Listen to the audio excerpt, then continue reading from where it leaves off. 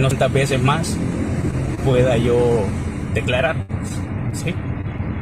Y la realidad es que en algún momento yo dije de que hacía un llamado a la Corte Interamericana de Derechos Humanos que tomara atención a lo que estaba sucediendo en El Salvador. Y es bien complicado ahora tener que dar declaraciones de blanco y en esta postura. Entonces, y de paso, que este caso no simplemente tiene que ver con una persecución política hacia mí y hacia los licenciados, sino una injusticia que se está haciendo con más de 70 familias que viven y vivían en la colonia La Floresta.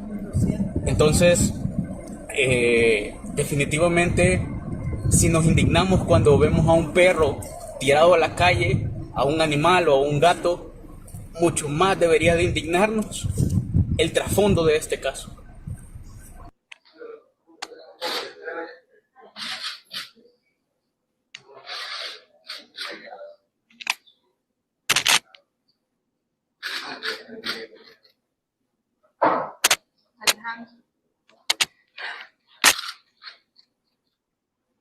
¿Cómo te sientes? Está bien, tranquilo. Ya todavía Creyendo todavía en el sistema policial. A defenderte. afuera está Zagual, foro del agua. Esa de la demostración de la Siguiente grupo. Por favor. ¿Cuánto tiempo tiene?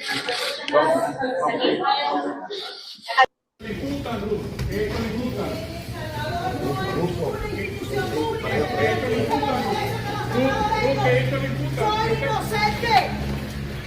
Ruth la han torturado en las cárceles del régimen. ¡Me han torturado! Ruth, un mensaje para la gente que ha mostrado su apoyo. ¡Soy una presa política! Todas las imputaciones son por mi actividad jurídica, por mi denuncia contra la corrupción en este gobierno.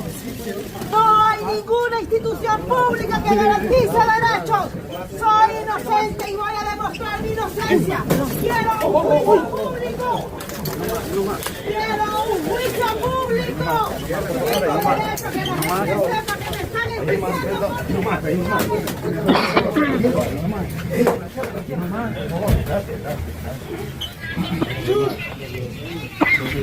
Aquí habla.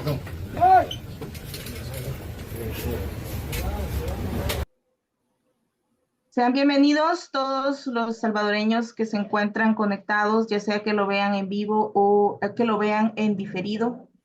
Tenemos nuevamente, es un gusto tener con nosotros a Héctor Silva, con el cual vamos a estar hablando de temas de interés en El Salvador. Muchísimas gracias por estar aquí, muchísimas gracias por compartir este video. Y si ustedes tienen alguna pregunta, la pueden dejar en la caja de comentarios y veremos pues si el tiempo da para hacer una respuesta. Bienvenido, Héctor, es un gusto tenerte nuevamente aquí en este programa. Quisiera pues comenzar dándote la bienvenida y también directamente con una pregunta antes de entrar al tema policial. Quisiera preguntarte, bueno, Bukele en su último discurso dijo que los problemas él los estaba resolviendo uno por uno. Primero resolvía uno y después todo lo demás esperaba para resolver el otro. En ese sentido, ¿qué piensas tú de un funcionario que no tenga una solución integral para todos, que no tenga una solución integral, sino que vaya primero, dice, un problema y después todos los problemas tienen que esperar años y años o ponerse en una lista de espera a que le haya solucionado primero un problema? Aunque El Salvador tenga 99.99 problemas, él va a solucionar un problema y todo lo demás tiene que esperar y así irá uno por uno. Celia Díaz, primer comentario, por eso la saludo. Buenos días, bienvenidos y saludo a su invitado. Bienvenido, Héctor, y ahí está la primera pregunta. Hola, buenos días. Muchísimas gracias por invitarme de nuevo. Un gusto siempre estar aquí contigo conversando. Y buenos días a todas las personas que nos escuchan o nos ven. Bueno, sí, creo que esto que me preguntas es interesante y tiene que ver un poco con no solo con la forma en que el presidente y su gobierno están respondiendo, sino tiene que ver con su visión del país, pero también con su visión sobre la democracia, ¿no? Con su visión sobre las instituciones del Estado y cómo deben de funcionar. Y aquí creo que esto nos permite de nuevo hablar sobre los rasgos autoritarios de este presidente y de este gobierno, ¿no? Y tiene que ver con una cosa fundamental, creo yo, y es la falta de transparencia, la falta de rendición de cuentas hacia la población y este concepto, que es un concepto filosófico, si se quiere, un concepto histórico sobre cómo algunos gobernantes ven al Estado, ¿no? Y es esta frase del Estado soy yo, atribuida a un rey francés, ¿no? Es decir, yo decido, yo sé, yo ejecuto todo y conmigo todos los demás órganos del Estado y todas las demás dependencias del Ejecutivo, ¿no? Esa no es la concepción de la presidencia en una democracia republicana, esa no es la concepción de la presidencia en un sistema de gobierno como el que esté establecido en nuestra constitución política. El presidente es el jefe del Ejecutivo, ¿no? El presidente delega a una serie de ejecutores, que son los ministros, que es su gabinete, a la resolución de problemas a través de mecanismos de gobierno y de ejecución que son las políticas públicas adoptadas por ese gobierno, ¿no? En la historia, en la corta historia democrática de nuestro país, después de los acuerdos de paz, tuvimos gobiernos de diferente rasgo ideológico, de diferente rasgo administrativo que ejecutaron según sus planes y sus políticas públicas diferentes formas de gobernar, ¿no? Y diferentes formas de resolver los problemas. ¿Qué pasa con el gobierno de Bukele? El gobierno de Bukele tiene una política pública a la que le ha puesto atención realmente, y es la seguridad pública, ¿no? Eso es su bandera, eso es su carta de presentación, eso es con lo que él ha dialogado con los salvadoreños y las salvadoreñas y con lo que ha dialogado con el mundo, ¿no? Un ejemplo de eso es, por ejemplo, su única política internacional o la más importante es su relación con el gobierno de Donald Trump en Estados Unidos. ¿A partir de qué? A partir de la seguridad pública, a partir del sistema carcelario, a partir de la oferta de alquilarle ese sistema carcelario al gobierno de Donald Trump para la recepción de deportados, ¿no? Nada más. No hay ningún otro diálogo, al menos de esa trascendencia, con ningún gobierno del mundo respecto a otra cosa. No sabemos cuáles son las relaciones comerciales con nuestros vecinos, no sabemos cuáles son las políticas públicas de corte internacional en ese sentido, por poner un ejemplo, ¿no? Por poner un ejemplo. En el caso de Estados Unidos, bueno, ya como ciudadanos nos podemos preguntar, a ver, eso es esa política pública, esa política internacional de alquiler de cárceles enfocada en seguridad pública, ¿es lo que debería de ser? ¿Eso es el deber ser de nuestra política internacional como país? ¿O debería de nuestro país, nuestro ejecutivo, nuestro gobierno estar más concentrado, por ejemplo, en cómo la crisis estadounidense política, económica, está afectando a las remesas? ¿Y cuál es el diálogo que nuestro país va a entablar con el gobierno de los Estados Unidos respecto a eso? No debería de ser, por ejemplo, el tema migratorio. O sea, los Estados Unidos en el centro ahorita, en este momento, de la política de Estados Unidos está el tema migratorio. Hay disturbios en Los Ángeles. Hay redadas cada día en todas las ciudades de los Estados Unidos, incluido Washington DC y sus alrededores. Y adivina quiénes son, qué grupo está entre los mayores afectados, los salvadoreños. ¿Quién está hablando de eso? ¿Qué están haciendo los consulados, la embajada, para eso? No sabemos. Porque, como tú decís, es una política, que es la política de seguridad pública que es la que él ha priorizado y con la que se ha presentado, porque como ya hemos hablado también antes, ahí tiene unos logros que puede presentar, ¿no? Otra cosa es cómo llegó a ellos, otra cosa es su pacto con las pandillas, otra cosa es qué tan sostenible es ese plan, otra cosa es lo que ya se ha dicho hasta el cansancio y se está diciendo, que es de lo que vamos a hablar luego, es el costo para nuestra democracia y para nuestra población de cómo ha logrado eso en seguridad, ¿no? Es a costa de nuestra democracia, a costa de tener presa a gente como la que ha mostrado al principio de este programa, ¿no? A Fidel Zavala, a Ruth López, al doctor Enrique Anaya, y de tener perseguido a otro montón de gente, ¿no? Esos son los costos, pero ya vamos a hablar de esos costos. Pero el punto es ahora una política pública, ¿no? Que además es, de nuevo, la política pública que habla de un gobierno con rasgos dictatoriales y autoritarios, ¿no? Muy rápidamente, ¿de qué no hablamos? De cosas, no digo que sean sencillas, pero muy puntuales. La carretera Los Chorros. ¿Cuál es la solución a eso? ¿Está solucionado? Pregunto, ¿sí o no? ¿Hay una solución definitiva? ¿Hay una solución temporal? ¿Qué tipo de solución? Porque lo único que escuchamos, que vemos, son versiones bastante insostenibles de un ministro, ¿no? Que habla de cosas que no hay que ser ni ingeniero, ni ingeniero vial para saber, bueno, parece que eso no es como usted está diciendo, ¿no? Y vemos titulares en los periódicos, creo que hoy la prensa gráfica titula que la cosecha de frijol va a ser insuficiente. ¿Cuál es la política del Ministerio de Agricultura respecto a eso? El famoso tema de las escuelas, 2 escuelas diarias, ¿de dónde? ¿No? Entonces creo que tiene que ver con eso, porque además esa decisión de no hablar de la cosa pública, de la administración de los problemas públicos, tiene que ver con esta visión autoritaria del Estado de decir, yo decido y nadie me diga nada. Porque si me dicen algo, se van presos, ¿no? Eso creo que es lo que está detrás de eso, Sara. Muy bien, como se vio en el video, las declaraciones tienen muchas cosas en común a la hora de que los defensores fueron arrestados. En el caso de la licenciada Ruth, a ella llegaron los policías y le dijeron que necesitaban hablar con ella por un tema de un problema de tránsito, que ella estaba involucrada al parecer en un problema de tránsito, ella sabiendo pues no era así, pues sale confiada y afuera atásquela. El caso pues del doctor Anaya, que llegan, los primeros que llegaron de civil y pues después les cayeron todos. Alejandro lo llegaron a traer igual en un carro particular. Parecería como que a base de engaños. ¿Será que no llevan orden de allanamiento, de entrar y prefieren engañar a las personas?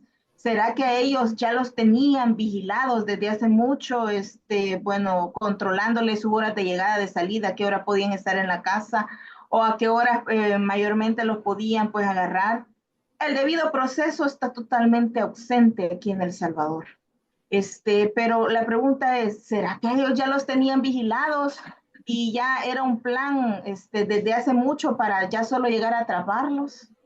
Yo creo que sí, yo creo que sí, aquí hay 2 formas o 2 tipos de fuentes, digamos, para hablar de esto. Uno como periodista, obviamente, sabes, tiene sus fuentes que ha construido a lo largo de los años y es a partir de las cuales uno recibe información que luego va contrastando y comprobando para determinar si una cosa es verídica, si esas cosas se pueden publicar, etc. Pero también podemos atender a un poco el comportamiento, los comportamientos de los gobernantes, ¿no? Y que me gustaría hablar un poco de las 2 cosas, quizás parto de la primera. Yo he tenido información ya desde hace un buen rato que he podido contrastar a través de testimonios y de otras pruebas y he podido publicar, ¿no? Una de ellas es la existencia, una de las cosas que yo ya he publicado es la existencia de un grupo especial en la policía que ha ido tomando forma probablemente desde el final del primer periodo del presidente Bukele, que es el que era legal, no el inconstitucional. Pero a partir de entonces ha ido tomando forma un grupo, digamos, dentro de la policía que ya en los últimos meses y sobre todo a partir de finales del año pasado funciona de una forma más estructurada y cuya única misión, cuya única labor es precisamente dar seguimiento, acosar y eventualmente facilitar los arrestos de personas a las que el régimen salvadoreño considera incómodos, enemigos políticos, adversarios políticos, opositores, ¿no? Ese grupo, como ya lo he publicado y por eso no tengo ningún problema en decirlo, ha estado dirigido por un oficial del que ya hemos hablado también contigo, que es un subcomisionado que, por cierto, ya está en condición de retiro, que se llama Carlos Roberto Hernández, de indicativo alias Chirriplín, ¿no? A ese oficial le dieron la tarea precisamente de hacer esto. Vigile, acose, persiga para que eventualmente capture, ¿no? Y hay policías dedicados a eso, dedicados exclusivamente a eso. Te voy a poner otro parangón, otra similitud. En Estados Unidos hay mucha polémica también porque el gobierno del presidente Trump ha decidido dedicar muchos recursos del FBI a perseguir inmigrantes, ¿no? Entonces se dice, bueno, la crítica es recursos policiales, el FBI es un cuerpo policial, que podríamos estar utilizando para investigar, perseguir, desenredar crímenes complejos a nivel federal en los Estados Unidos, lo estamos utilizando para una política pública que es persecución a migrantes, ¿no? Pues en el caso de El Salvador, recursos policiales que pueden estar siendo utilizados para otras cosas, están siendo utilizados para perseguir opositores. Eso es una policía política. Así se llama. Y eso tiene que ver con la forma en que los regímenes autoritarios latinoamericanos del siglo pasado entendieron a los cuerpos de seguridad pública. No hay que ir muy lejos. Nuestro país, antes de la firma de los acuerdos de paz, en 1992, los cuerpos de seguridad pública estaban adscritos al ejército, ¿no? Y esos cuerpos de seguridad pública, y por eso hablaba yo de que podemos ver tendencias históricas, estaban dedicados en gran medida a la persecución política de opositores.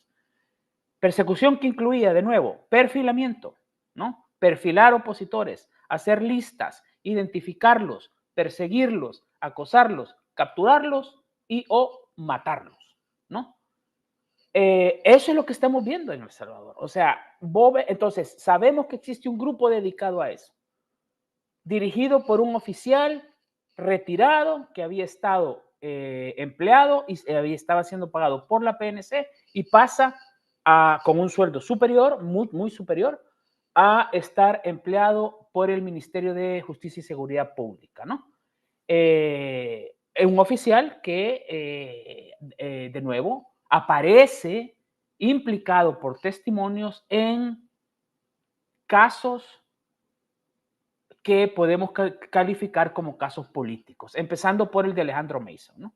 El nombre, el apodo de este oficial aparece en los testimonios de cuando Alejandro Mason recibe golpes antes de su ingreso al hospital, del que sale muerto después de estar bajo custodia del Estado durante varios meses, ¿no?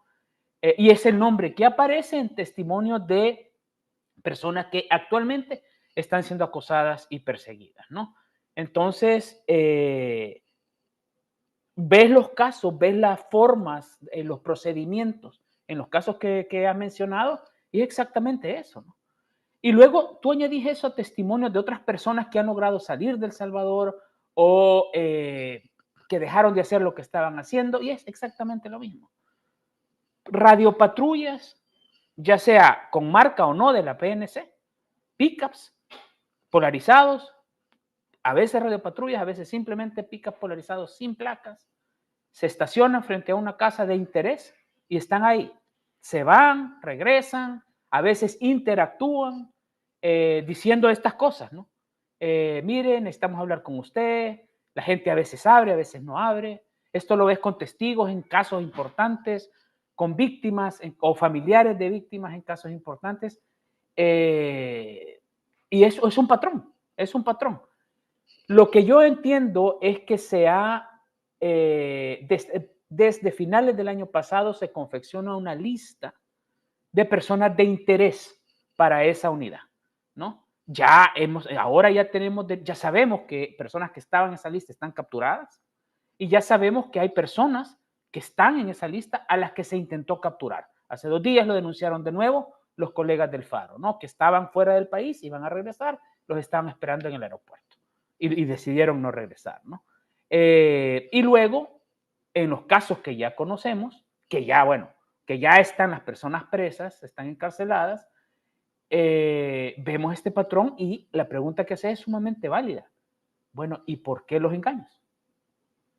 O sea, hay, y lo supimos en el caso de Ruth López, ¿no? ¿Por qué llegar? O sea, si tenés una orden administrativa o una orden vigente, una orden legal, ¿por qué tenés que decir que hay, por qué tenés que engañar? ¿Por qué si tenés un procedimiento legal, tenés que ir a encañonar a una persona? Eso es lo que denunció el doctor Anaya, que lo habían encañonado a él y a su hija. Yo en el video no vi que él estuviese oponiendo resistencia a nada, ¿no? Pero lo encañonaron. ¿Por qué? ¿No? Entonces, claro, estás hablando de nuevo de una policía que adquiere esos rasgos de policía política y como bien has dicho y como ya sabemos también, en un país donde no existe en absoluto el debido proceso, donde la fiscalía es simplemente un órgano ejecutor de la voluntad del ejecutivo, específicamente la voluntad del presidente, ¿no? Me puedes decir, o me podrán decir, no, ¿y vos de dónde sacas esto que se está? Porque puede ser un tema del fiscal. Hombre, a ver, si en sus discursos el presidente perfila quiénes son los enemigos, entre comillas, ¿no? Si advierten sus tweets, cuidado, que si siguen haciendo esto se pueden ir presos y enseguida estamos viendo a la gente presa. Entonces, evidentemente de eso estamos hablando, de un sistema judicial donde el debido proceso no existe, porque, y ya hablaremos de eso, si te parece, bueno, y claro, todo amparado en un régimen de excepción que ya va para los 40 meses, ¿no? Que se supone iba dedicado a perseguir y desarmar estructuras pandilleras, no a capturar abogados. Pero entonces, ahí ese régimen que borra de un plumazo las garantías constitucionales, se le aplica a cualquier persona. Y se le aplica sobre todo, y hasta ahora es lo que estamos viendo, a personas que han sido críticas del gobierno, que han denunciado la corrupción del gobierno, simplemente para eliminarlas. Así es. Bueno, entonces pasamos del arresto irregular al sistema judicial como tal.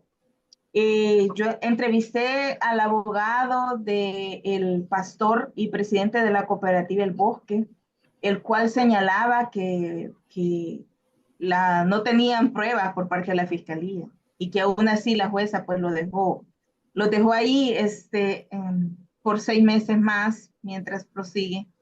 Una hamaca que estaba amarrada fue la prueba que presentaban, aunque suene gracioso, pero a veces la realidad supera la ficción.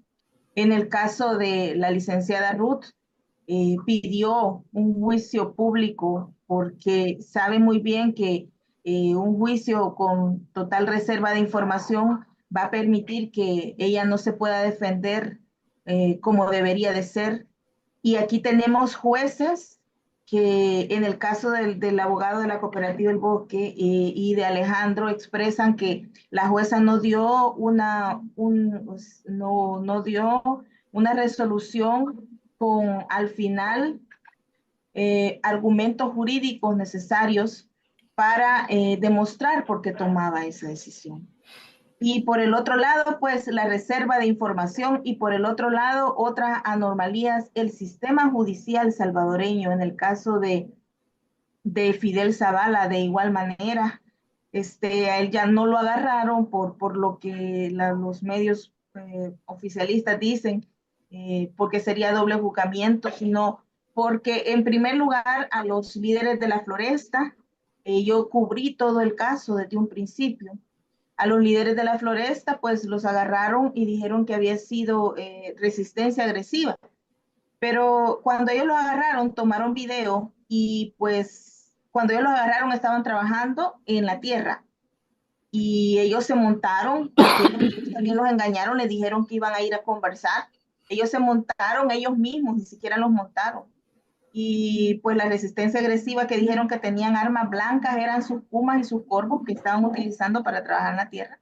La jueza, pues, esos cargos no le funcionaron, pero ese mismo día les pusieron otros cargos y por eso quedaron detenidos. Los primeros cargos no, sino que ese mismo día les resultaron otros cargos.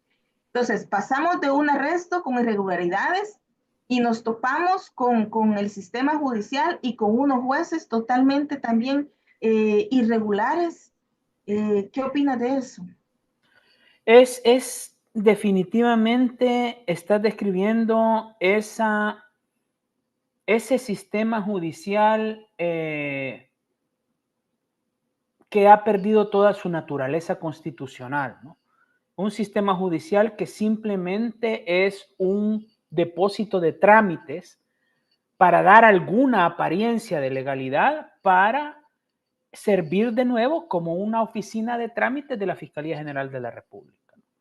Eso no es lo que la ley salvadoreña plantea. Eso no es lo que se espera de un sistema, de un órgano judicial en una democracia, ¿no? O en un sistema republicano. O sea, el ente judicial, su misión es controlar, valorar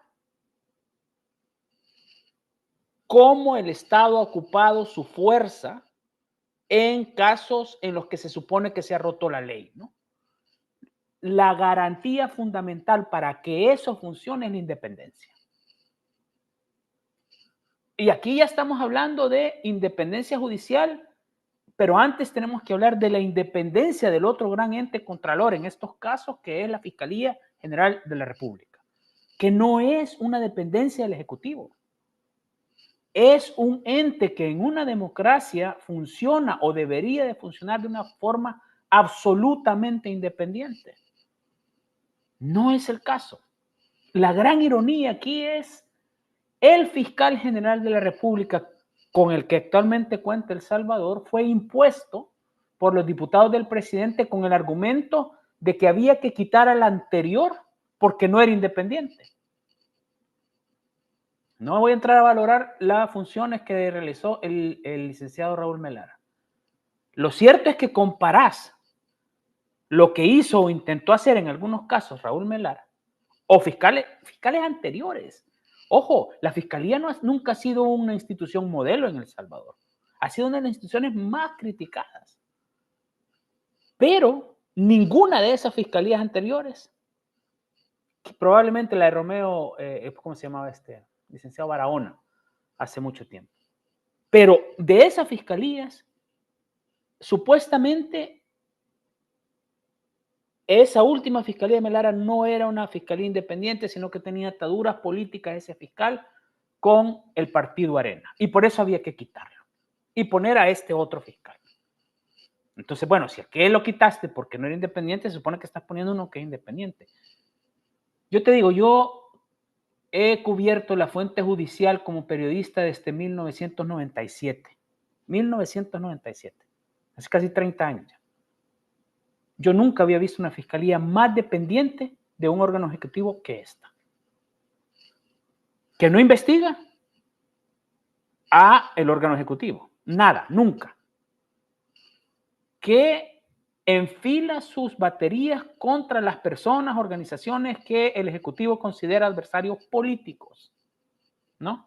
Y luego que perfecciona el triste, nefasto, tenebroso arte de inventarse cosas, ¿no? Tú los has mencionado, esos. Vaya, fíjate el caso de los agricultores. Resistencia al arresto, resistencia agresiva. No hay pruebas de eso. Vámonos antes de los casos actuales al caso, por ejemplo, de los ambientalistas de Santa Marta. Además, ojo, todo con reserva. La desnaturalización absoluta del recurso de reserva. La reserva se decreta cuando puede haber una afectación a la seguridad nacional, ¿no? ¿Cómo afecta el caso de Ruth López a la seguridad nacional? Supuestamente. En el caso de Santa Marta, reserva absoluta, ¿no? Pero el fiscal hacía algo que hoy ya no hace, que es dar declaraciones aparte de escribir un tuit. Y en su momento dijo y explicó, cuando los arrestos ocurrieron, que era un caso de la guerra, que era un caso de justicia transicional, que esos arrestos se daban porque se iba a hacer justicia a una mujer que había sido asesinada por la guerrilla, ¿no? Y que los ambientalistas de Santa Marta eran parte del comando que había participado en eso. Ahí nos hubiéramos quedado, ¿no? Ok. Pero ¿qué pasa? Que por diferentes razones se filtra una parte de la acusación, ¿no? ¿Y la acusación qué dice? La acusación dice que hay un testigo, uno, que ubica a algunos, no a todos, de los imputados en ese caso, en lugares donde había estado la persona que luego es asesinada. Y que ese mismo testigo da fe de que él estuvo en el lugar donde fue asesinada esa persona. Eso es lo que está en la acusación. Llega el momento de la audiencia inicial y la defensa, por insistencia, dice, a ver, yo tengo que estar aquí y tengo derecho a contrainterrogar a esta persona. ¿No? En una diligencia judicial logra de alguna manera a uno de los defensores interrogar o contrainterrogar más bien y logra preguntarle a ese testigo, ¿usted vio de lo que está hablando? Usted explique cómo es que usted ve esto que la fiscalía está diciendo. Y ese testigo dice, no, yo no vi. A mí me dijeron. Con eso, esa gente sigue presa. Y esto es una excepción que hayamos podido saber, ¿no? Pero lo sabemos ahora.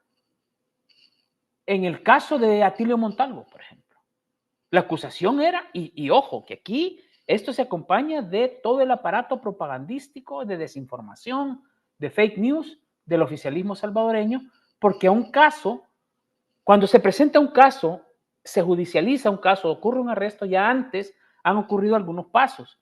La deshumanización de los acusados, por ejemplo, o de las personas que van a ser acusadas.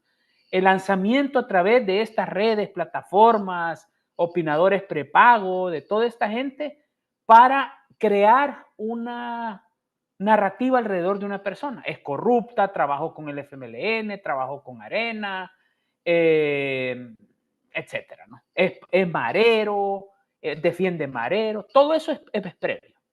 Luego, y eso por los troles, o sea, sabes tú mejor que yo que la población se informa en estos tiempos por redes sociales y que las redes sociales no tienen filtro de veracidad, que el único filtro es el interno, es lo que uno pueda bien o mal discernir de la información que está recibiendo. Entonces, si no tenés elementos de discernimiento o simplemente tenés una barrera ideológica que te dice todo lo que hace este presidente o el otro es bueno y todo lo demás es malo, vas a creer lo que te están diciendo, ¿no? Cuando ya ocurre el hecho y hay una acusación que no es judicial, sino que está escrita en redes sociales, ya hay un antecedente, ¿no? Ah, no, es que este o esta es la que hizo tal cosa.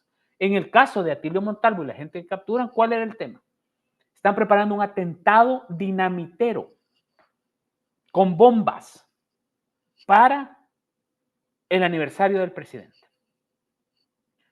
Entonces, claro, y fíjate, el día que ocurre la captura, yo estando en Estados Unidos, pongo una radio hispana con mucha audiencia salvadoreña, que tiene mucha audiencia salvadoreña, y escucho al locutor diciendo, un programa de variedades, no un programa político, pero que se habla de las cosas que están pasando. Entonces sale el tema y dice, bueno, lamentando lo que está ocurriendo en mi país, que ahora hay gente que vuelve a los años de la guerra y nos quiere sumir en esta tragedia. Yo estoy de acuerdo en que si no están de acuerdo con el presidente, pues lo expresen, pero volver a esto, los salvadoreños. O sea, ya ese discurso es así. estos hombres son terroristas, ¿no? Pero de nuevo, ¿cuáles son las pruebas? Ojo, un atentado dinamitero. Ojo. ¿Qué testimonios hay? Hasta donde yo entiendo, ninguno. Hay un testigo, de nuevo, uno, que cuenta una fábula, ¿no? ¿Dónde está la pericia de los explosivos? Decomisaron explosivos. Hay pericia. O sea, nada, no hay nada. Entonces, ¿qué haces? Arrestado, con engaños, reserva total. Y creación de toda esta aura de culpabilidad previa, ¿no? Igual con Ruth. Igual con Ruth. Pero después llega un momento en que ya eso ya no es ni siquiera necesario. En que simplemente tenés que decir lavado de dinero. No puedes decir peculado en el caso del doctor Anaya porque no fue funcionario público. No puedes decir enriquecimiento ilícito tampoco. Entonces, pero igual en el caso de los agricultores, resistencia al arresto, asociaciones ilícitas, lavado de dinero. Entonces, claro, como no hay ninguna garantía, como ya el sistema funciona así, es todos, y esto es importante, Sara, todos estamos en peligro. Todos. Si hemos investigado, denunciado, desde cualquier trinchera, la periodística, la académica, la del activismo, si hemos investigado, denunciado desde nuestros oficios, con nuestras herramientas, corrupción, malas actuaciones de este gobierno, estamos en riesgo de correr esa misma suerte.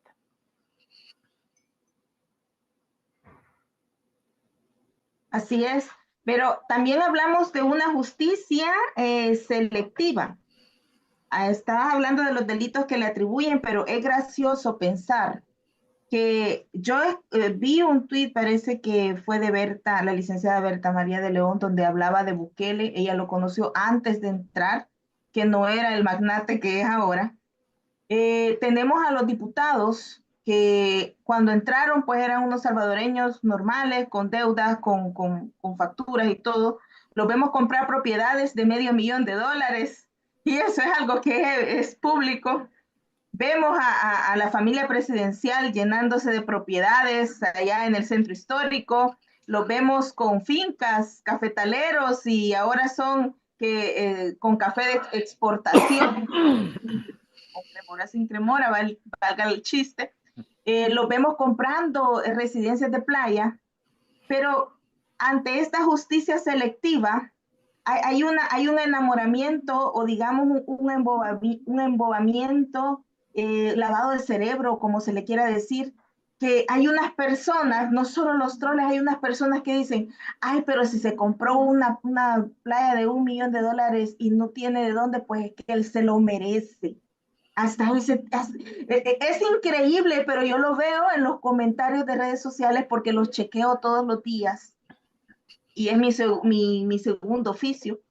Y hay alguna gente que sí dice, está bien que se la compre porque se lo merece y no le importa de dónde venga el pisto. Pero ahí tenemos a los funcionarios, entonces la fiscalía no ve los señalados por la lista Angel, por ejemplo, Ciris Luna y su mamá también. Esta justicia selectiva solo mira con un ojo para un lado y con el otro no ve nada. Sí, claro, es exactamente así. Por eso decía yo, hablaba del caso del fiscal general actual. O sea, el discurso, la narrativa fue, hay que ponerlo a él porque el otro no era independiente, ¿no? Porque el otro tenía ataduras políticas con un partido. Entonces tenemos que ponerlo a él. Fue un poco más, un poco menos los argumentos también para cambiar a la sala de lo constitucional. Pero eso no era así, eso era parte de un plan. Ojo, es que aquí hay un plan. Aquí hay un plan político pensado desde el primer periodo. No lo digo yo. ¿Sabes quién dice eso? La Fiscalía General de la República. El grupo anticorrupción que Rodolfo Delgado desmanteló, que investigó aquellos famosos 11 casos de las CICIES, que implicaban la mayor parte de ellos a funcionarios del actual gobierno, ellos elaboran participan en una investigación gigantesca. Yo me atrevería a decir que es una de las investigaciones más grandes en la historia de la Fiscalía General de la República después de la guerra, después de los acuerdos de paz, a la que bautizan Caso Catedral. La alegoría es, una catedral es inmensa, este caso es inmenso, ¿no? En la que juntan investigaciones propias de la Fiscalía General con investigaciones hechas con ayuda y colaboración de cuerpos policiales de los Estados Unidos, ¿no? Incluido el FBI, incluido la DEA, incluido incluso alguna ayuda de la comunidad de inteligencia de los Estados Unidos, a través de una fuerza de tarea que se llama Vulcano y que está presidida por el fiscal estadounidense que actualmente es el jefe del distrito del este de Nueva York, donde se juzga a varios de los líderes de la ranfla de la MS-13, ¿no? Esas personas, esa fuerza es la que está en El Salvador hace ya unos años, ayudando a la Fiscalía General previa a Rodolfo Delgado a investigar estas cosas, ¿no? ¿Qué arrojan esas investigaciones? ¿Qué arrojan las investigaciones de las CICIES? Indicios de corrupción en la gestión de la pandemia, ¿no? De varios ministros, incluidos algunos muy cercanos al presidente, como el exministro de Agricultura, Pablo Ángel, ¿no? Participación en varios esquemas de corrupción de la jefa de gabinete del presidente de la República. En varios esquemas de corrupción. Pablo Ángel ya no está, pero está libre, tranquilo. Carolina Resino sigue siendo funcionaria. Ningún problema. Ahí en esas investigaciones, esas no son listas, esas no son publicaciones periodísticas, esas son investigaciones oficiales. Ahí está el ministro de Salud actual, que ahí está en el puesto. Ahí están secretarios presidenciales, secretarios de casa presidencial. Algunos están, otros ya no. Investigaciones oficiales. ¿Qué pasa cuando la Fiscalía General de la República empieza a investigar eso? Se va el fiscal y se va la CICIES. Y se nombra a un funcionario cuya única misión o cuya misión más importante es esconder, desechar esas investigaciones. Es el primer gran acto de justicia selectiva de este gobierno. Y es de este gobierno, no es del fiscal. Porque al fiscal lo nombran diputados de este gobierno por recomendación hecha al presidente de la República y su entorno más cercano. Y su primera tarea, su primera gran tarea, su primera misión es desechar esas investigaciones. Y se desechan. Pacto con pandillas, corrupción en pandemia, etc. Se desecha.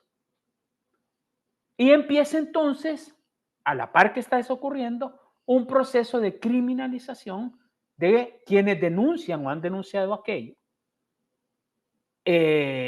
o quienes lo siguen exponiendo públicamente, ¿no? Y eso no empieza ahora, Sara, eso es bien importante entender, eso no empieza ahora, eso no empieza con Ruth, eso no empieza con el doctor Anaya, eso no empieza con Fidel, eso empieza con el desmantelamiento de la unidad de la Fiscalía que investigaba todo eso.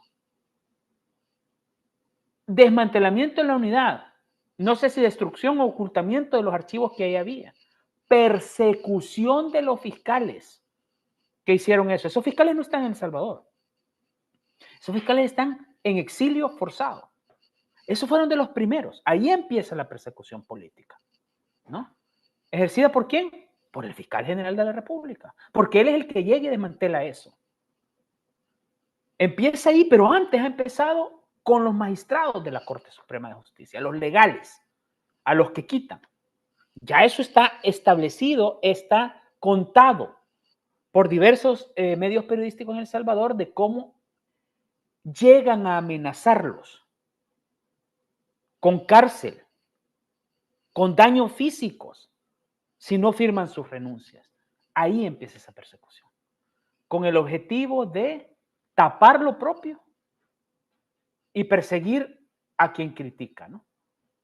Entonces es todo un sistema concebido para eso, Justicia selectiva es exactamente el término que creo que hay que aplicar aquí, que después ya lo utilizó Berta María de León, lo han utilizado otras personas, yo lo he utilizado en escritos, es así.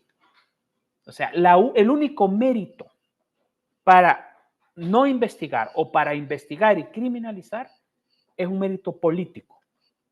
No es un mérito, no es si existen suficientes indicios de ejecución o de participación en un crimen. Es un mérito político. Si tú has dicho o hecho algo que incomode al gobierno, estás en riesgo de irte preso. Y ahí te inventamos las pruebas. No hay problema. A mí, fiscal, gobierno, troles, opinadores, solo me basta con decir es criminal. ¿Y qué ha hecho? Ha lavado dinero. ¿Cómo? Ah, no sé.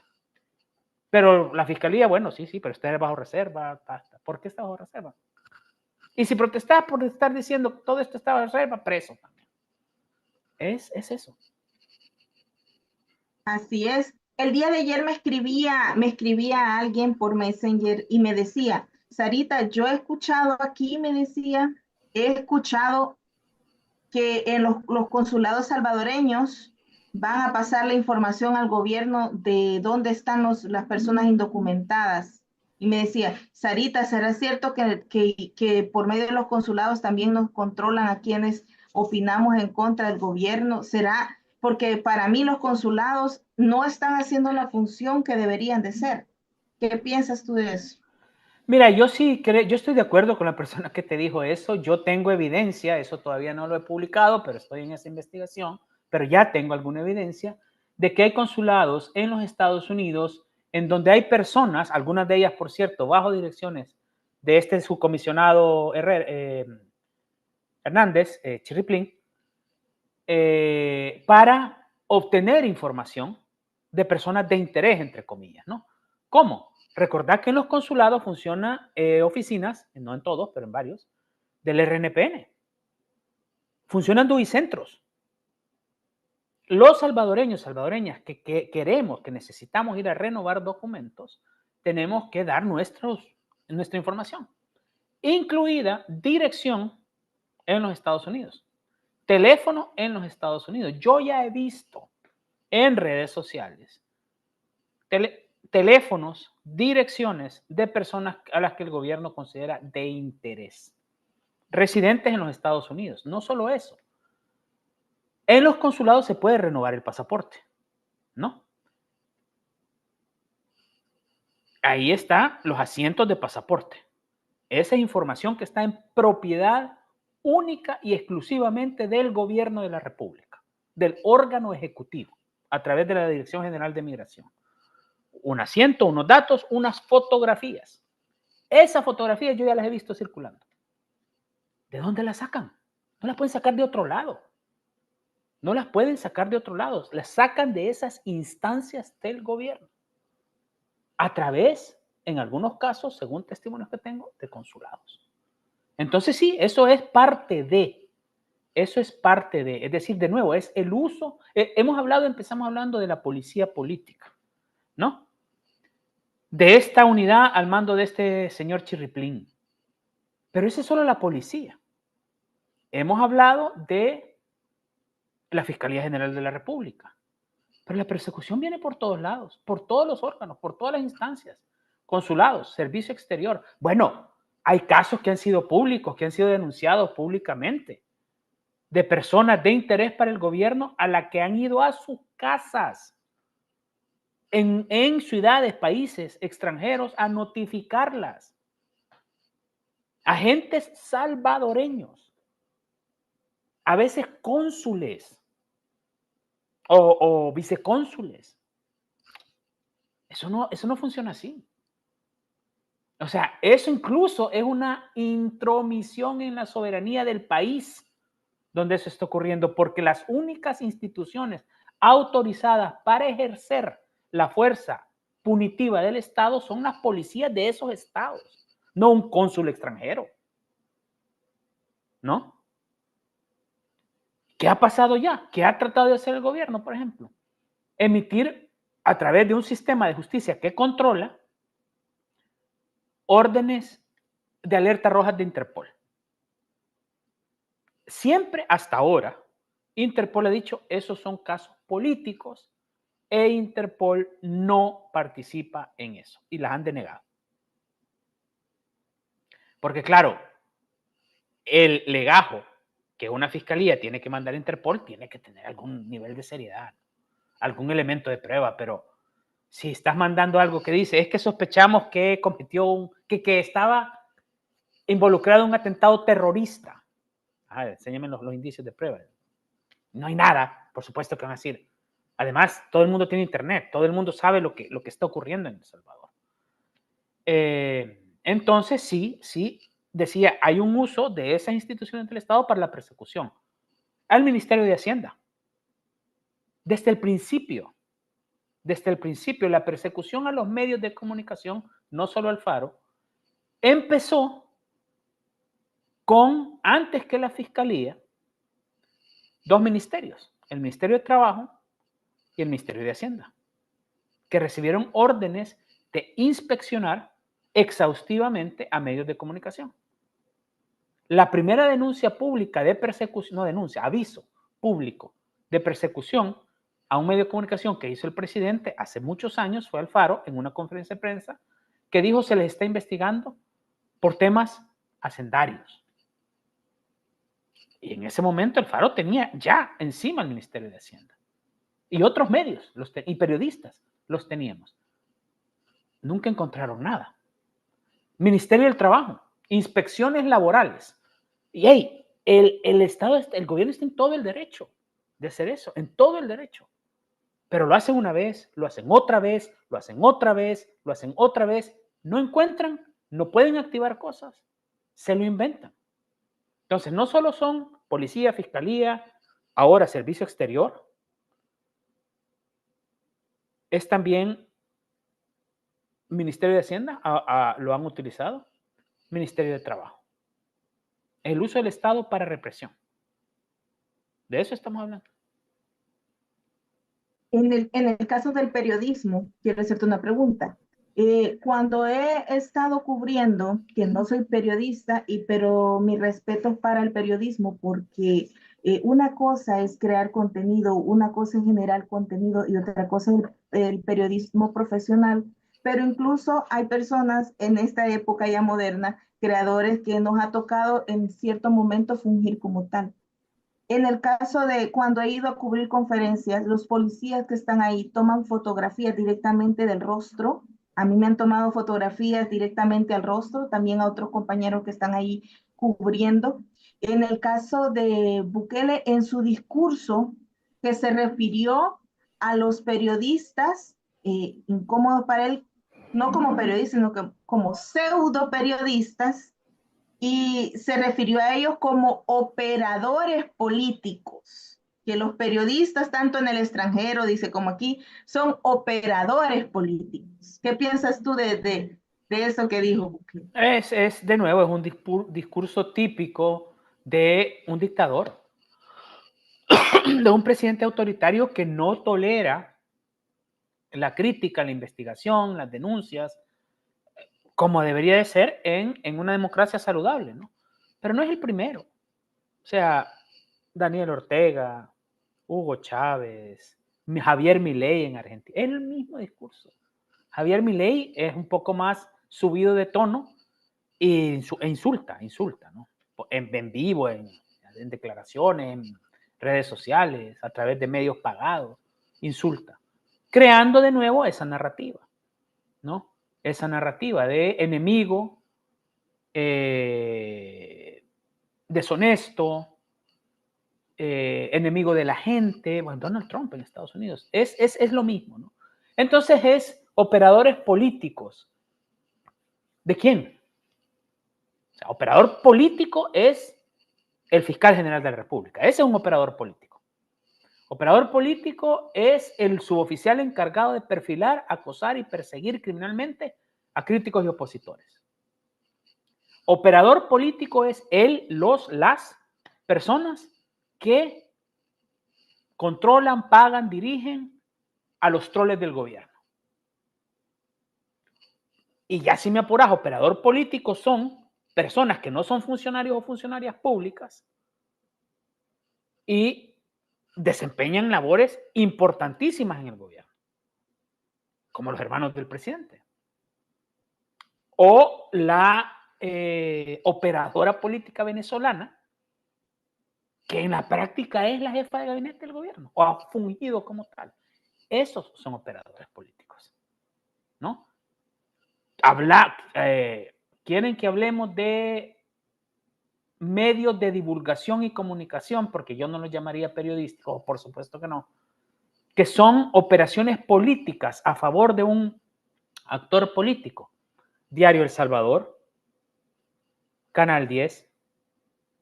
Esos son medios que hacen una operación política, ¿no?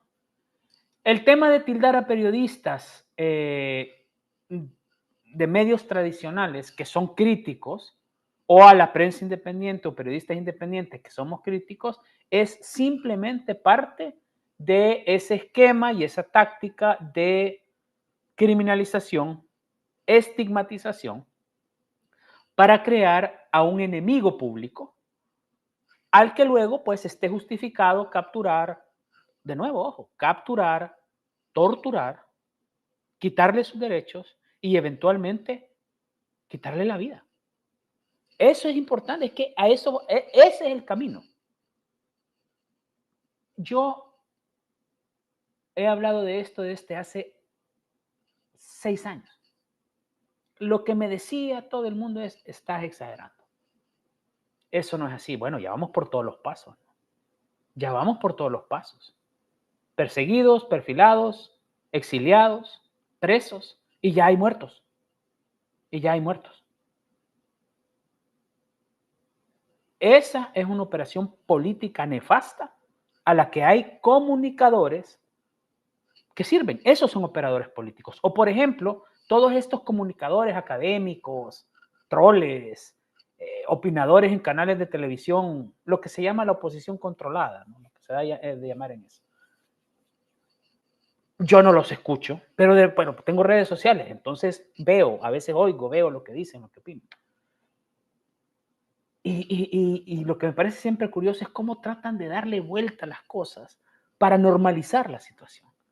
Esa gente que tiene más credibilidad que un troll o que Diario El Salvador ha hecho unos esfuerzos realmente impresionantes para normalizar el arresto de Ruth López, por ejemplo. No, no, ella no es una perseguida política. Ella tiene pendiente un caso.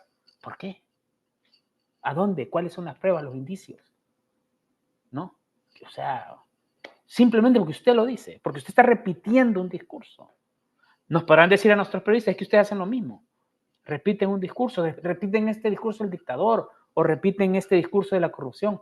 No, nosotros hacemos un ejercicio profesional que se basa en las cosas que otros han descubierto, otros que han tenido capacidades oficiales de investigación, como las instancias estadounidenses y la propia Fiscalía salvadoreña, que nos ha dado estos casos de corrupción o presunta corrupción del gobierno, como las autoridades estadounidenses judiciales del Ejecutivo estadounidense, no este, sino el anterior, policiales que dicen, por ejemplo, en casos judiciales estadounidenses, que este gobierno pactó con las pandillas.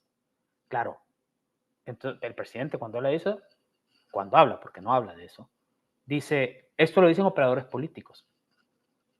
Eso es una forma de estigmatizar y de tratar de criminalizar a los opositores y críticos. Es eso simplemente. La muerte es algo que ha estado bastante presente en toda esta serie de la vida real. Tenemos, por ejemplo, la de Alejandro Mason. Han habido muertes en extrañas circunstancias, como las del helicóptero, que no se ha dado pues un informe veraz. Y la muerte de la persona, pues, que el gerente de la Seisabús, casos de torturas como el de Ernesto Mason, que él ha dado declaraciones de que está siendo torturado, como Fidel Zavala, que dio declaraciones de cómo fue torturado y nuevamente ha sido llevado ahí a donde lo torturaron. Cuando nosotros vemos que arrestan a alguien, que mañana puedo ser yo, podemos ser todos los que estamos aquí opinando, cuando arrestan a alguien, la preocupación o el corazoncito, lo primero que nos dice, ¿qué es lo que le van a hacer? ¿Qué es lo que le van a hacer? ¿Será que le van a hacer algo? Porque este gobierno es oscuro y muchas veces en los comentarios de redes sociales han comparado el modus operandi de este gobierno con el modus operandi de las pandillas, que poniéndole las cosas en común, el temor, la muerte y la tortura. ¿Será que hay un punto de comparación entre estos dos actuares, del de las pandillas y el del gobierno actual? Mira, yo más bien diría que el principal punto de comparación de la forma de actuar de este gobierno son las dictaduras del pasado. Porque voy a decir algo, una pandilla, por muy fuerte y grande que sea, jamás va a tener el poder que tiene el Estado. Porque el Estado tiene una protección legal. Además, su principal protección legal, el Estado está autorizado para matar, para usar la fuerza. Sus cuerpos, desde su fuerza pública, sus ejércitos, están autorizados para ejercer la fuerza letal. Eso es un poder como ningún otro. La Fiscalía General de la República está autorizada para restringir la libertad de las personas. Las pandillas están autorizadas para eso. Primero, no está autorizada a hacer nada. Segundo, la MS-13 tenía una capacidad de terror evidente, y el barrio 18, una capacidad de terror evidente, pero aunque llegaron a controlar grandes porciones del territorio y eso les hacía tener un poder sobre la vida y la muerte de los individuos, siempre fueron una entidad perseguida por el Estado. Otra cosa es con qué efectividad mayor o menor lo hicieron, ¿no? Pero el Estado, la única forma de garantizar que el Estado no se excede es a través de mecanismos que funcionan dentro del mismo Estado. Cuando hay una persona que acumula todo el poder y anula esos mecanismos, el Estado se convierte en la pandilla más tenebrosa que hay. Porque pasan estas cosas. Porque un funcionario puede levantar un dedo y decir, esta persona es enemiga. En 2 días esa persona ya no está libre. O puede estar muerta. O torturada. Y eso está pasando en El Salvador, por supuesto que sí. Yo te diría más, la comparación yo la hago siempre con los regímenes dictatoriales del pasado, en El Salvador, en América Latina, ¿no? En otras partes del mundo. Claro, estamos hablando de un modelo de gobierno diferente, porque es cierto, muchos de los regímenes anteriores estaban basados en la imposición de ese gobierno por la fuerza, golpes de Estado. Este no. Este está, y en eso tienen razón los ideólogos y comentaristas del gobierno, afines al gobierno de El Salvador. Este presidente ganó su primera elección presidencial con toda de la ley, de una forma impresionante. Sigue teniendo un apoyo impresionante, popular impresionante. Pero esta presidencia es ilegítima. Y es ilegítima precisamente porque no hay ningún ente contralor en el Estado que haya permitido, que haya hecho, que pudiese haber hecho posible que eso no ocurriese, la elección inconstitucional. Pero ese es un modelo que tampoco se inventó en El Salvador. Lo mismo que pasó en Nicaragua, es lo mismo que pasó en Venezuela, ¿no? Es lo mismo que han pretendido otros presidentes que han querido mantenerse en el poder, como Juan Orlando Hernández en Honduras, pero no le salió. El mismo Manuel Zelaya en Honduras tampoco le salió, ¿no? Torcer la ley para perpetuarse en el poder, ¿no? Esa forma de gobierno, que es la que existe en El Salvador, con una elección primera que nadie puede cuestionar, ni tampoco la elección de diputados, ¿no? La primera, la que le da mayoría absoluta al partido en el gobierno, ¿no? Pero ahora, después de una elección ilegítima e inconstitucional, ya tenemos una forma de gobierno en donde no existe ningún ente que controle las actuaciones del hombre fuerte del país, que es el presidente, ¿no? Entonces ya eso es una forma de gobierno, pues autoritaria, de corte dictatorial, en donde ya no hay ninguna garantía, pues en donde ya todo es posible. Llama la atención el arresto de Ruth, una mujer incluso nombrada como una de las 100 mujeres más influyentes por la BBC. Alejandro Enríquez, reconocido defensor ambientalista internacionalmente, y Vania Cruz, en la persecución de ella, pues de varios defensores. ¿Será que al gobierno ya no le interesa internacionalmente lo que puedan opinar? Porque ya internacionalmente ya hubieron posturas en defensa de la licenciada Ruth, de Alejandro, de Zavala, de UNIDED, ya hubieron posturas. ¿Será que él no le interesa ya ese tipo de señalamientos por medios internacionales? Sí, yo creo que es algo que ya en los cálculos que hace la presidencia en El Salvador ha quedado fuera de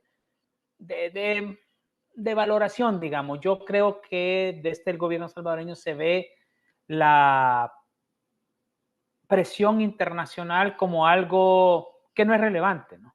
Eso no ha sido así siempre, pero ahora sí lo es. ¿Por qué? Bueno, uno de los grandes mecanismos de control, digamos, no de control, sino de supervisión internacional, no solo en El Salvador, sino en otros lados, ha sido, por ejemplo, las multilaterales financieras, ¿no? No de control político necesariamente, aunque muchas veces sí, eso ha ocurrido, pero sí de supervisión, digamos, porque entes financieros que dicen, bueno, aquí hay una plata que es de nuestros socios o nuestros directivos, que son estados, son países, como el Fondo Monetario Internacional, como el Banco Mundial, dicen, bueno, te vamos a prestar esta plata, pero con estas condiciones.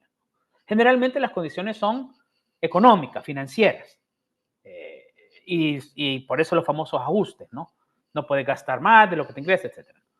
Pero en algunas ocasiones hay consideraciones de corte de gobernanza o de salud democrática. No es lo que más le interesa a estas organizaciones. Pero durante mucho tiempo hubo, si tú recuerdas, mucha especulación de qué tanto iba el Fondo Monetario a verse dispuesto a salvatar, digamos, a prestar esta 1.4 millones de dólares o de autorizar ese préstamo a El Salvador a un gobierno que lo necesitaba mucho, ¿no? Y la gran especulación fue, ¿va a haber de parte del fondo alguna forma de decir, mire, aquí hay un problema, no puede tener opositores, porque mis asociados, que son los países, creen que no puede ser así? Pero eso se acabó, o sea, ya hay un acuerdo y hay desembolsos, entonces esa forma, ya el presidente de El Salvador sabe, bueno, esto no es un problema. Ya pasamos sobre eso no es un problema. Luego, creo que su cercanía con el gobierno de Donald Trump y este trato carcelario que hubo le ha dado también alguna, digamos, cintura, como se dice, algún margen de maniobra bastante importante, ¿no? Su cercanía con el secretario de Estado actual de los Estados Unidos, etc. Pero también creo que Nayib Bukele tanteó antes de la elección de Trump, la segunda elección de Trump, tanteó un poco hasta dónde llegaba la intención de Estados Unidos de presionar o de otros países, ¿no? De otros cooperantes con El Salvador, que generalmente son países europeos, ¿no?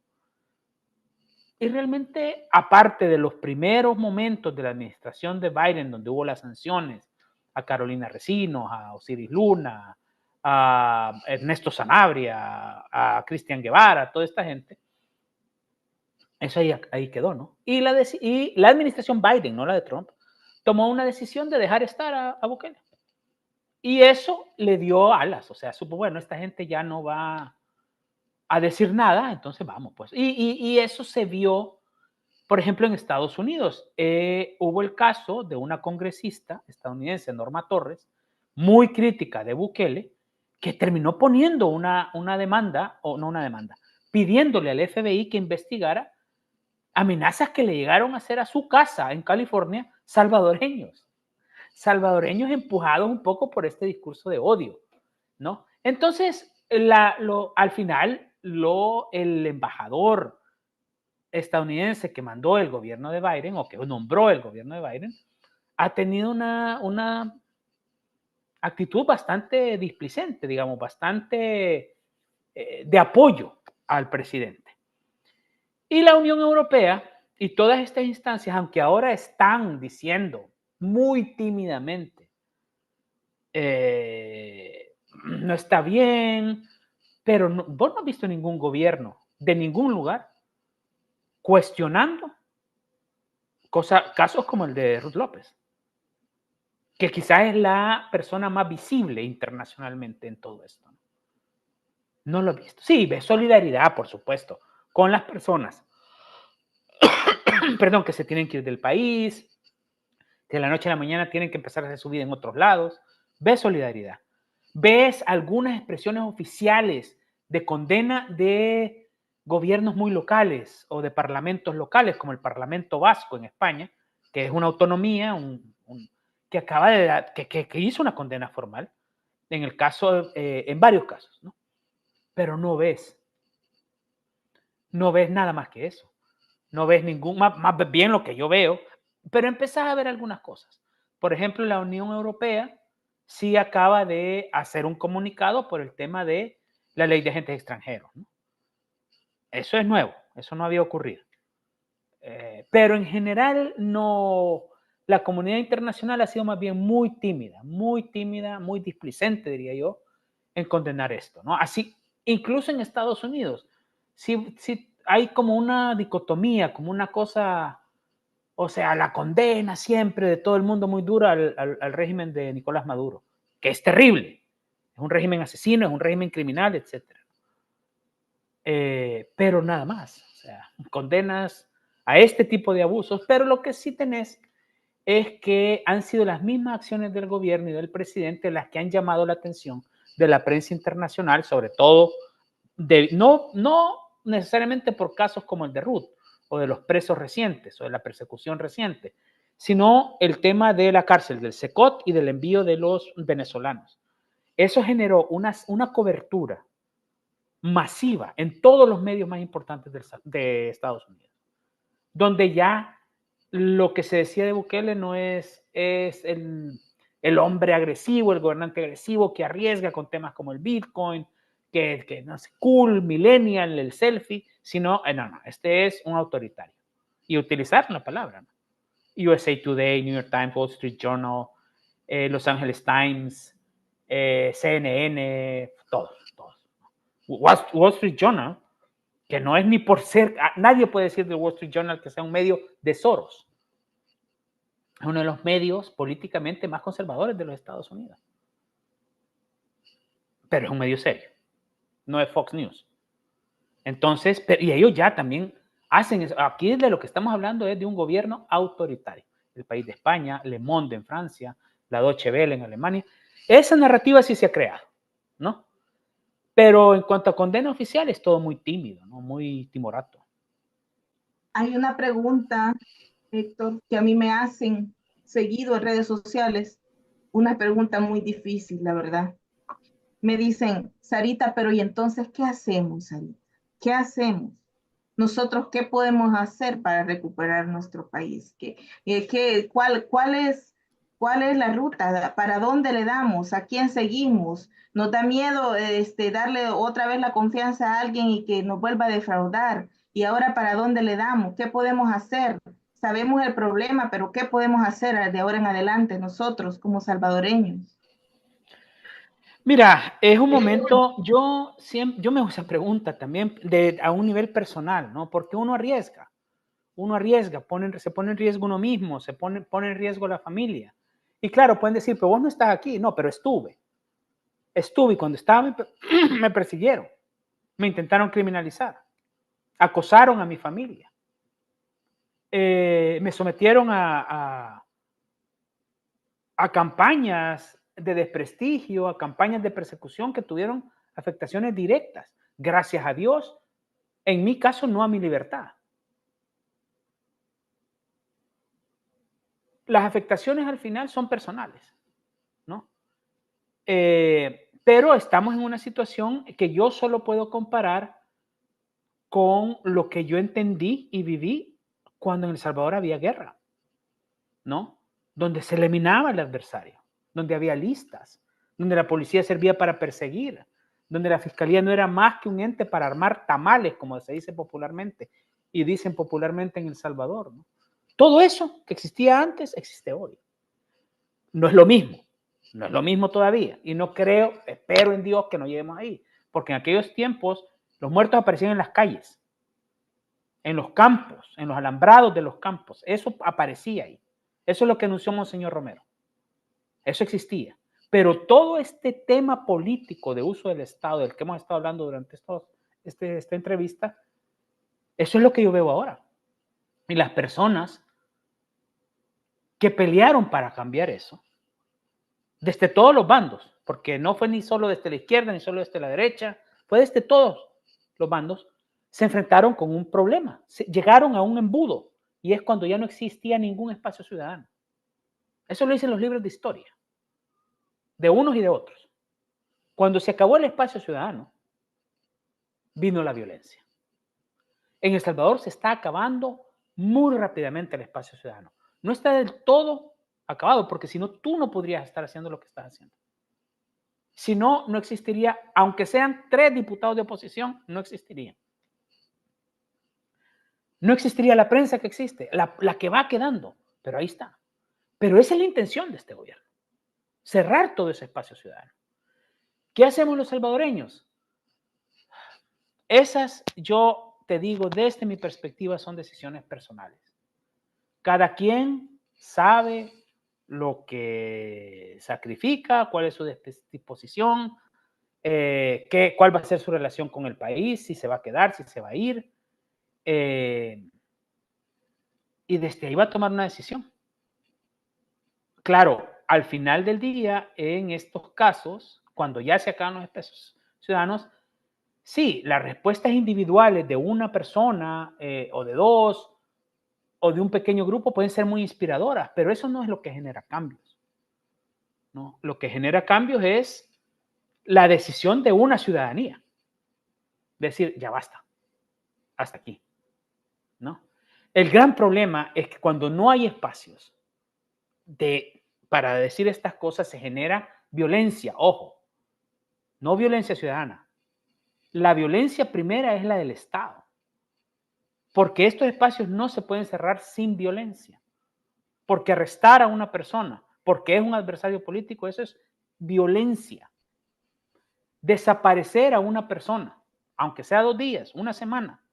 Y ojo, hemos hablado de todas las personas que son opositoras, críticos visibles, pero no hemos hablado de los decenas de miles de personas en las cárceles que están ahí porque aquella política pública de la que hablamos al principio de seguridad implicaba tener un montón de inocentes presos. Muchos de ellos, sus familiares no saben si están muertos o no. Están desaparecidos, muchos de ellos, en las cárceles. Entonces, eso es terrorismo de Estado. ¿Cómo respondes a eso? Yo te diría que en estas instancias, en estos momentos donde hay, y eso lo estás viendo, donde hay periodistas perseguidos, abogados, abogadas, activistas, defensores, defensoras, cada quien está tomando sus decisiones personales. Lo que pasa es que el Estado va a responder siempre con violencia. Eso es el ejemplo, eso es lo que hemos aprendido con este caso último de Alfaro. Algunos de esos periodistas querían regresar, les dijeron no vuelvan porque en el aeropuerto los están esperando. Hay una pregunta aquí, ya casi para cerrar. Dice, Sarita, pregúntale al periodista Silva, ¿qué indicios de persecución deben observar los que defienden derechos humanos en El Salvador?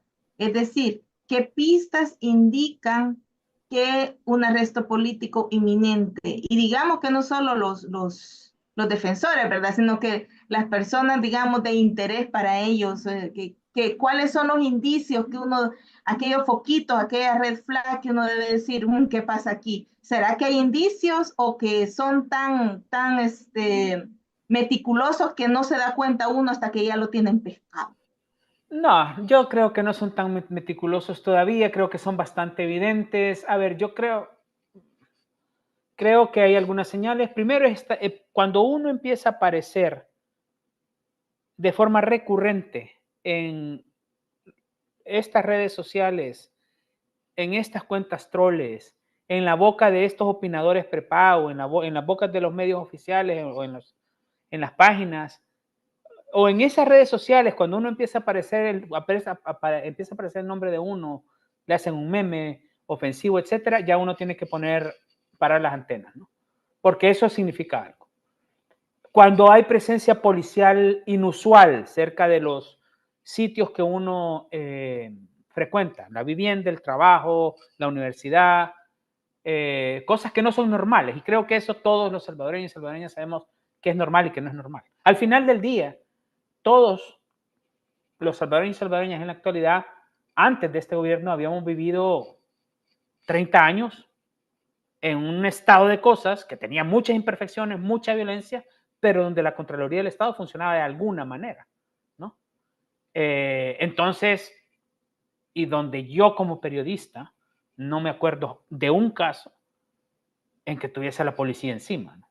Rondando en mi casa, estas patrullas, estas cosas. Es decir, este tema de terror, de miedo psicológico, si esas cosas empiezan a ocurrir, que una patrulla, que un carro no reconocido está a la entrada de la colonia, o entra, ronda, esas cosas hay que ponerles atención. El tema de redes sociales también.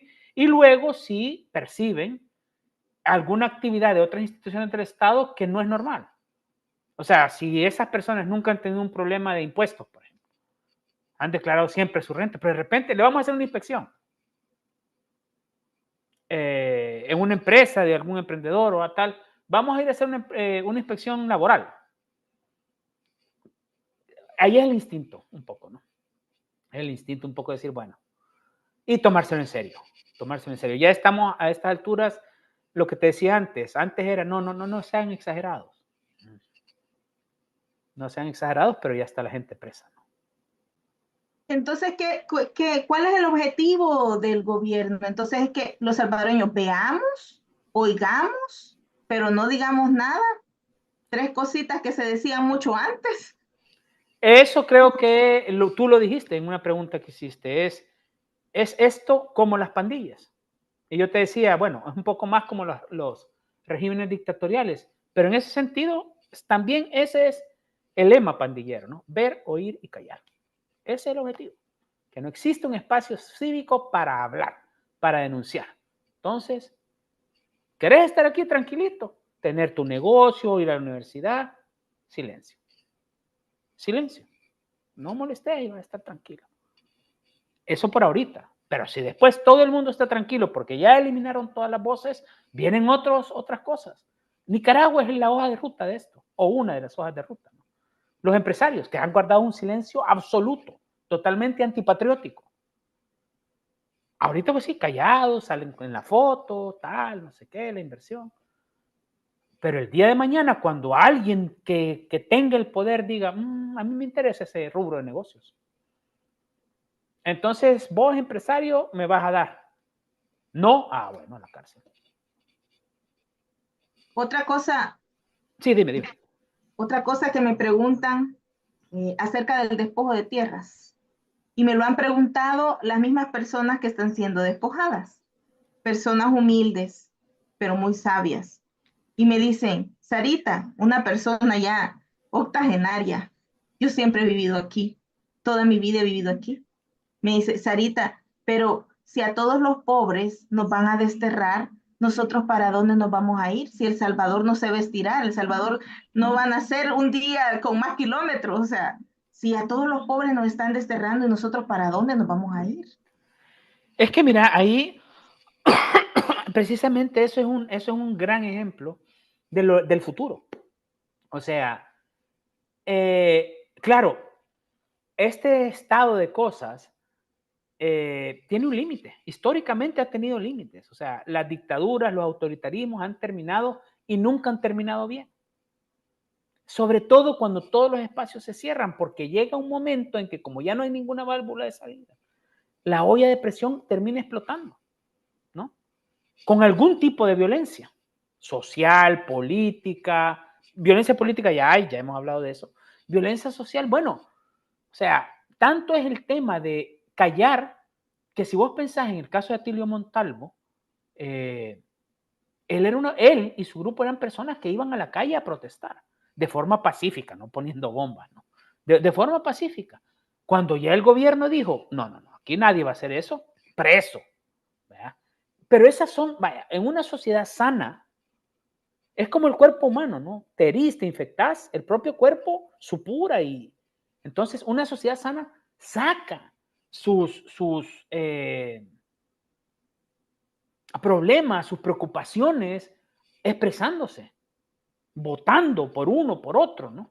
Pero eso ya no hay. O sea, salida democrática empieza, ya no existe. Va a haber elecciones.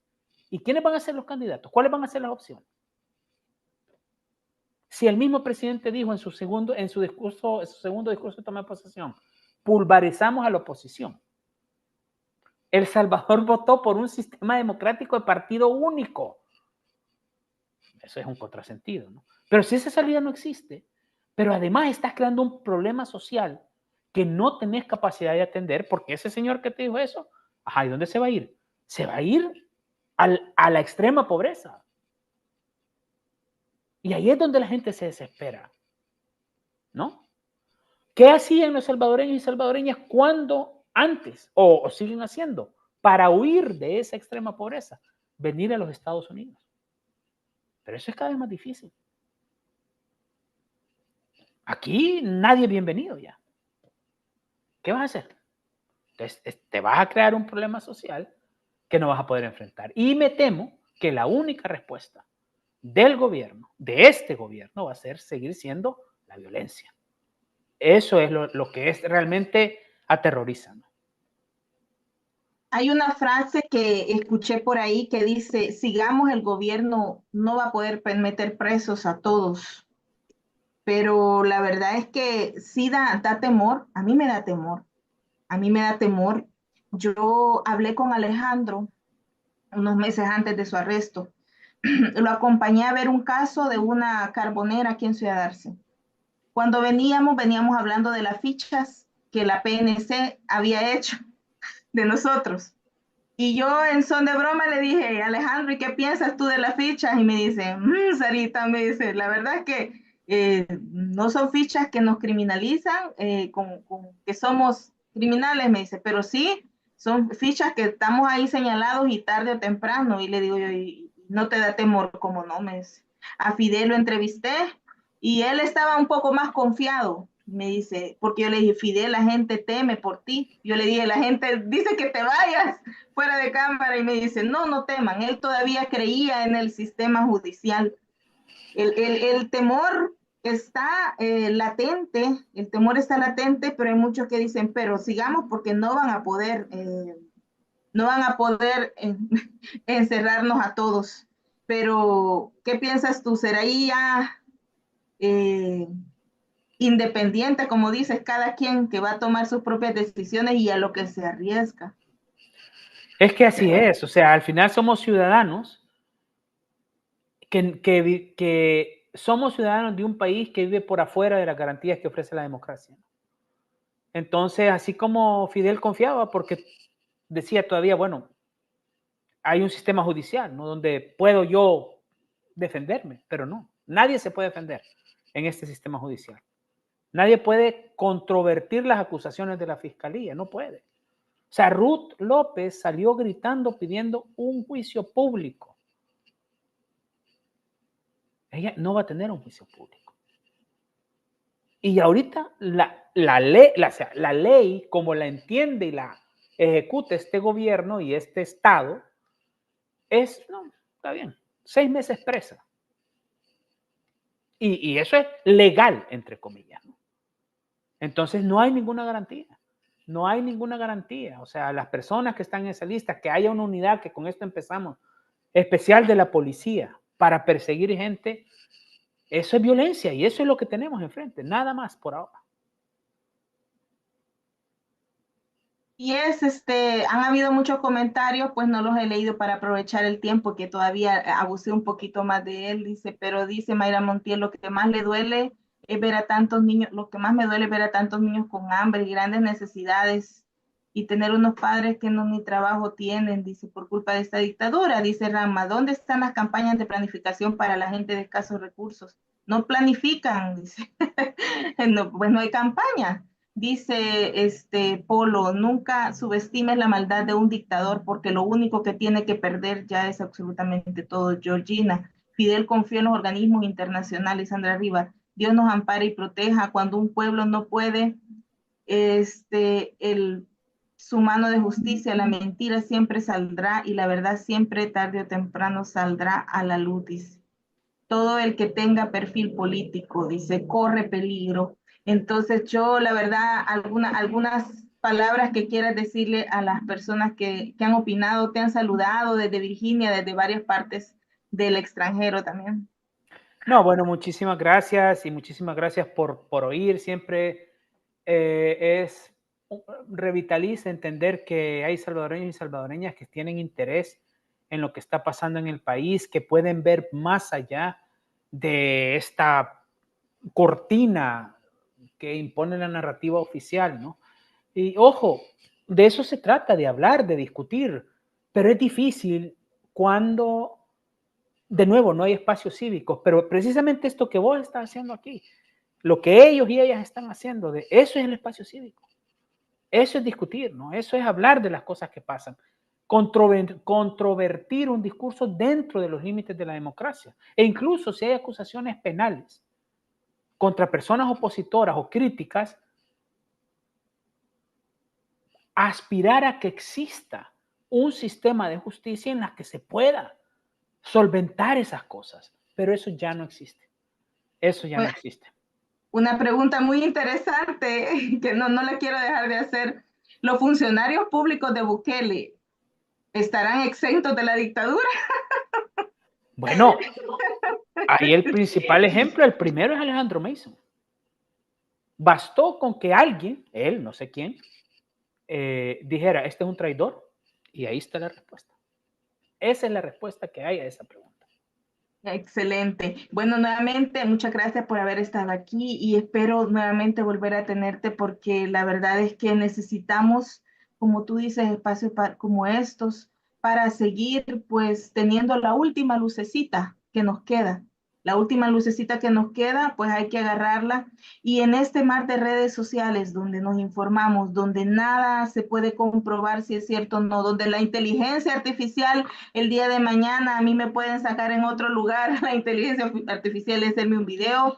Lo último que nos va quedando es el periodismo investigativo y serio, por eso es tan valioso el trabajo de periodistas como Héctor Silva. Muchísimas gracias por estar aquí. La invitación queda abierta para más adelante. Y en la tarde voy a empezar a sacar los cortos a todas las redes sociales. Y muchísimas gracias a los que lo